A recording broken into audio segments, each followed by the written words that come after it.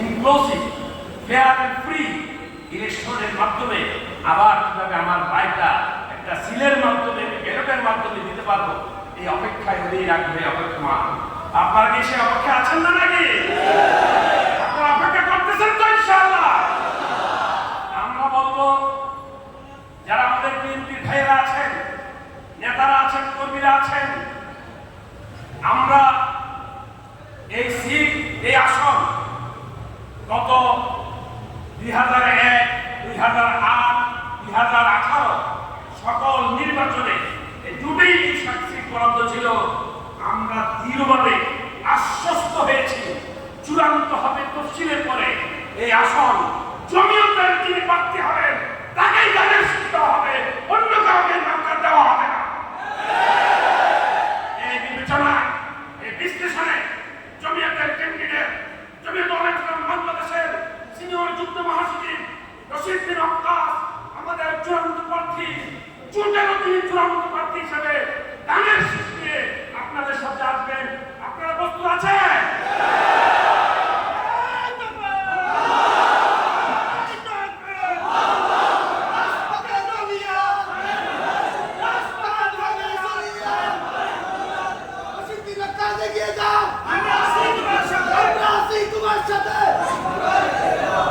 BNP ভাইদেরকে বলতে চাই, জোট যখন হয় তখন দলের হাইকমান্ডের সিদ্ধান্ত মানতে হবে।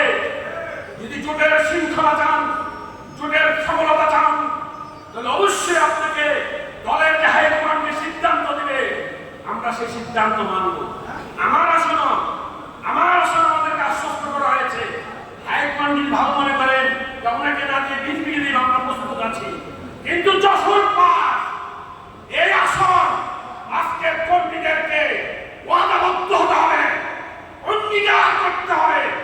উই উইল প্রমিস এই আসনে রশিদ বিন আক্কাসকে দানের শীষ দিতে হবে।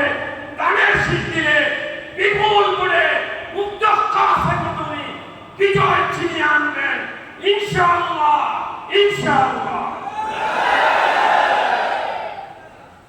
আরেকটি কথা বলতে চাই, রাজনীতির ময়দানে অনেক প্রপাগান্ডা, আমাদের কাছে সব খবরই আছে।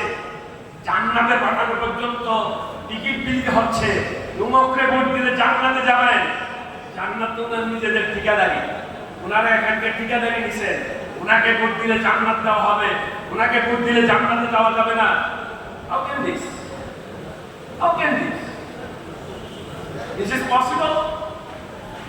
আন্তর্জাতিক মহল, বাংলাদেশ মনিরামপুর উপজেলা শাখা কর্তৃক আয়োজিত আজকের এই কর্মী সমাবেশের সম্মানিত প্রধান অতিথি, বিশেষ অতিথি, অতিথিবৃন্দ, আগত জমিয়ত স্বৈরাচারের পতন হবে, আমাদের প্রিয় নেতা আবার এখানে হবে, আজকে তিনি নাই, তার ভালোবাসায় আপনারা এখানে এসেছেন। এই জন্য আমি আপনাদের শুকরিয়া জ্ঞাপন করছি,